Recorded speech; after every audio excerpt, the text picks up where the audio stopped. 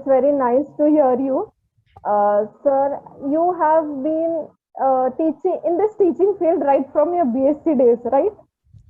Pardon me? You were in this teaching field right from your BSc days. No, that's a right from my high school days. Okay, okay. So it's a long journey. So Yeah. how do you define a good teaching? And also tell us, in your point of view, what do you think? How a math professor should be or a math teacher should be? Yeah, I will just simply say about a teacher because I don't think it pertains to mathematics as of what I'm going to start with. If necessary, we'll change it later. I think the teacher, it is a cliche, but let me say that he must be a student first. But when I say student, it simply is people to only think of like a student, you should also keep learning. Yes. Okay, that's what they usually say. Okay, man, you can see many teachers, I'm still a student. What they mean is I still keep learning. I go Hmm. one step further. You be a student in the sense you wear the shoes of a student, you think I like a student, so you will see his difficulty. Yes, yes. Okay, I go second level also. All Hmm. right, that's the first thing because many times our ego wants to show I am an expert to you, to my audience. Okay, most of the teachers want to show he is expert, so they just want to say like a surgical knife. Okay, or Hmm. surgical strike. They can keep on doing things very fast. See that how fast I did. Yes. Okay, Hmm. but my thing is the purpose of teaching any kind of discourse is to make the audience understand, and in some Hmm. sense you want to entice them and attract them to your subject or to your way of thinking, or you want to make them understand the beauty of the result which you want to say of the topic. So Yes. that should be the primary aim, not to kind of advertise I'm an expert in that. I think that single attitude change is good enough. In fact, many of my students, when they go as teachers, they write to me, what is the single piece of advice you can give it to me as a teacher? I simply say that first, do not try to show off and try to say your purpose is to make students understand. Okay, so begin to see you are a student, see what kind of difficulty you had when you were a student when you learned that. These are the three things I say that. Uh, Also how a student should be, and also how the relation of a teacher and student should be, like in what way? Wow, I usually think it should be essentially two things. Someone almost like parent versus a child in some sense. At the same time, it should also be friendship. Yes. Okay, parent versus a child, you should somehow have some kind of a trust in your teacher that he means well for you. Yes. Okay, like you see, Right. all said and done, all of us might have fought with our parents, but intrinsically we all believe, we trust our parents mean it well for us. Yes. So that kind of a symbiotic relation should be there. Mm. Okay, that should be there. But second thing is that you should not, as I said about Buddha's teaching, you should not hold your teacher in awe. Okay, yes, he has experience, he Mm. may be an expert, so naturally he will be more mature and he may have know a lot more things, he can explain better, but that doesn't mean, okay, you have to accept whatever he is all and what he says. You should also, Mm. as I said Yes. earlier, you should have a healthy reverence for him also, for her also. Okay, don't accept everything, Okay. but scrutinize. Okay, but it should be a kind of some kind of friendship, because that's where many times it fails, because our Indian culture believes that the elders and teachers, they should be above whatever they say you should. For example, one of our mythological characters is simply revered just because father asked him to do, he did that without question. All right, so we are kind of inculcated that from childhood, so we also believe we should do that. Okay, in some sense Mm. it's okay, Yes. it's a good thing, but you should understand, scrutinize. The same way it should be here. Yeah, there should be some kind of friendship. See, many teachers, that's a problem. They expect there's some kind of obedience or reverence or whatever it is, respect, demand actually from the students, and that should be somewhat weakened. Okay, they should kind of treat them as their friends, but at the same time, they should be the famous Lakshman Rekha. Yes, Okay, sir. Yes, because sir. at a personal level, you should not get into that. Just because your teacher is friend, or even with your own friends, there is certain level you don't want to cross the line, right? That I think, of course, all of us will make mistakes, but we have to learn. But then we should be ready to apologize. Okay, I'm sorry, exceeded Yes. my thing limit. Hmm. But there should be some kind of friendship also between the teacher and the students. Yeah. For the next question, please. So, sir, how you want your students to be? My student, Yes, sir. well, I want them to be two things. Yes, sir. One is do not accept anything, think, Yes, sir. critically analyze, scrutinize, then if it appeals.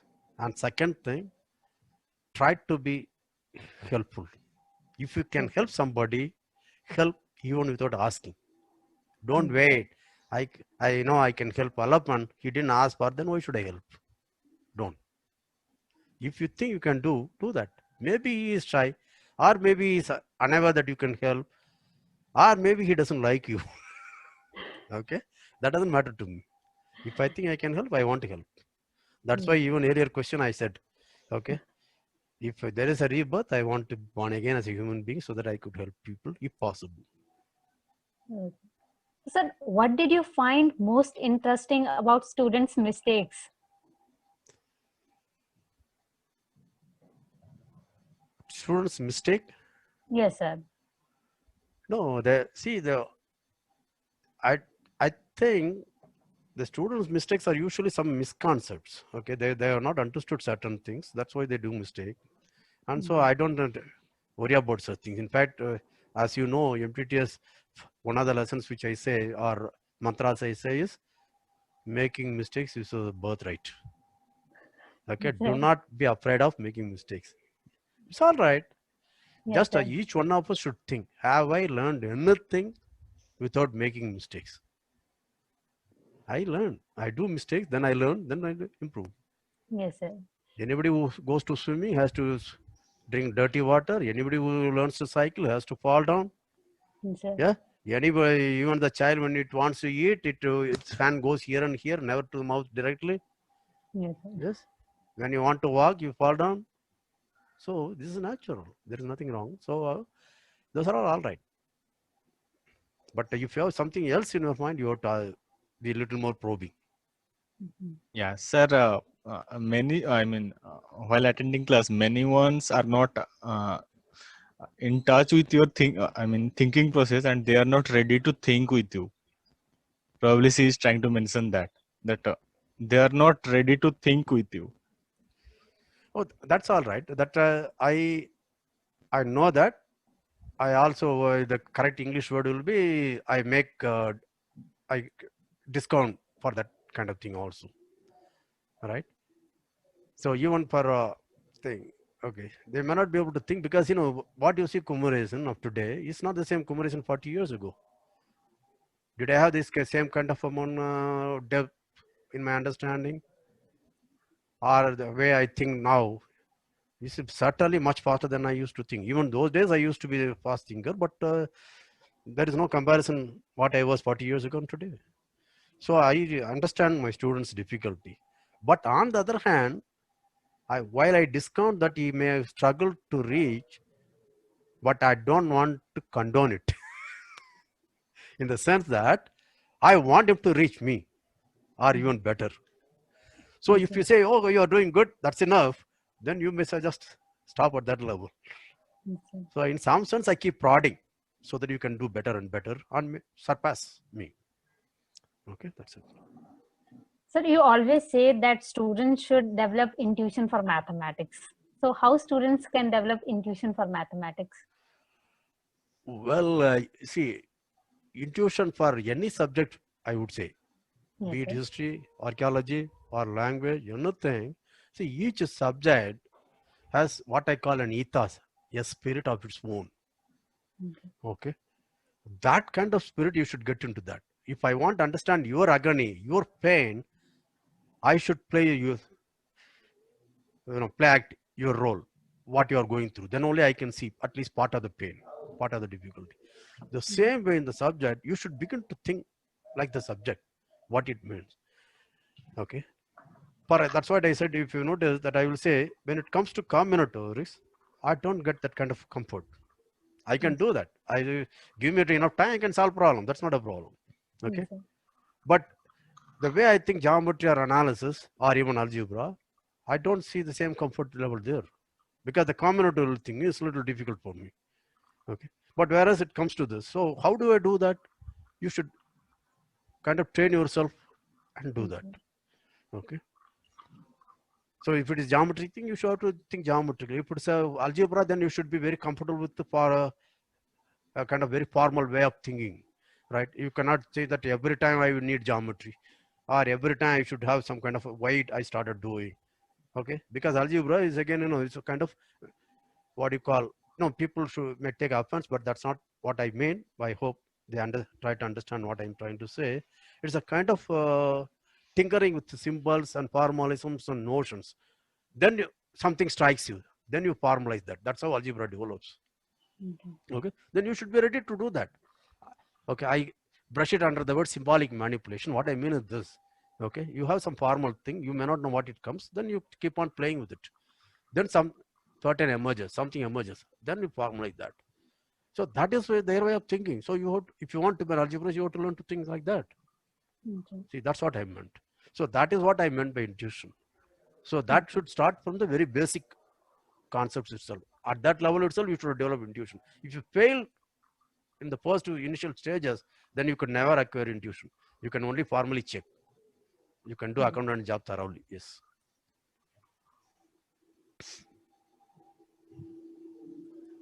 So we have noticed one thing, that during your lectures, before the students ask any doubt, you know it beforehand that there might be some issue at this point. And also, if someone asks the doubt, before completing his doubt, you come to know his problem. So how so nicely you can understand your students. I think just experience.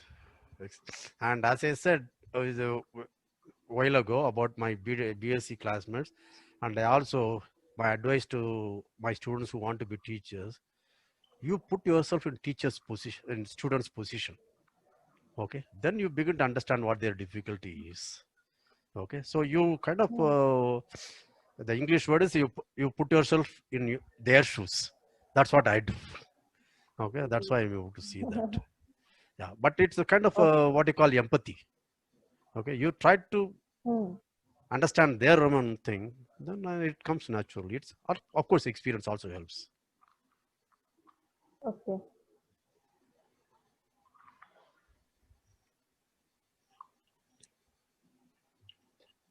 So, sir, let's discuss something about Muraya Koinigi. Latin. Are you astonished? I mean, Yeah. you Yes. have not heard about that? Yes. No. No, I have not. No, it's very strange. So, Muraya Koinigi. Huh? Muraya Koinigi. Oh, who is he or what is it? Okay, sir, let me give you a hint in Tamil. So, sir, Muraya Koinigi is nothing, but it is the scientific name of Karivettilai. Oh, I see. Why would I learn botanical name? At least I'm correct. No, it's Latin. That's at least I should give credit to myself. Very nice, sir. Oh, Okay, I see. now we will show you a photo. Now you have to find out what is missing in that photo. Okay. Mm. Yes, sir.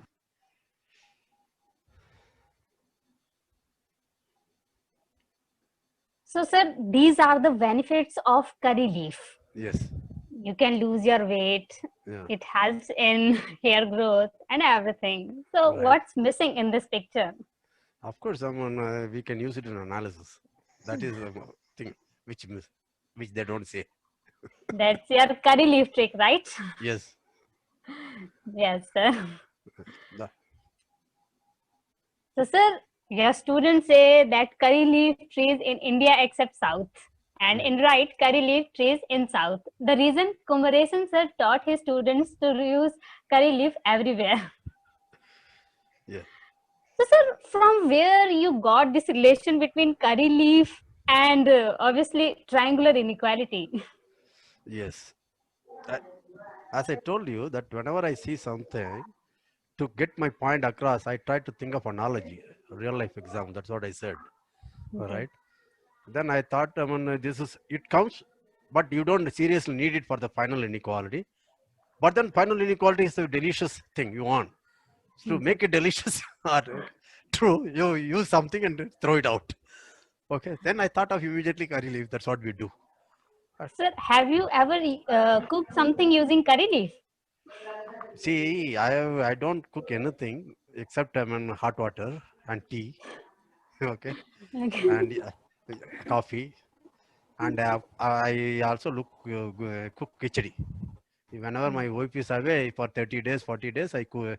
For I think she was away when my first grandson was born for Okay. about 3-4 months. Those 3 months, I was essentially daily eating only khichdi because that's the only thing I know how to cook. Okay. Mhm. Yeah. Okay, nice idea, sir. Sir, sir, Yes. sir, like Archimedes while taking his birth found something and screamed, Eureka, Eureka. Yeah. So, does something same happen with you when you first time invented that correlatively? No, nothing like that. Though, of course, the thought when it occurred, I said, it's a good thing.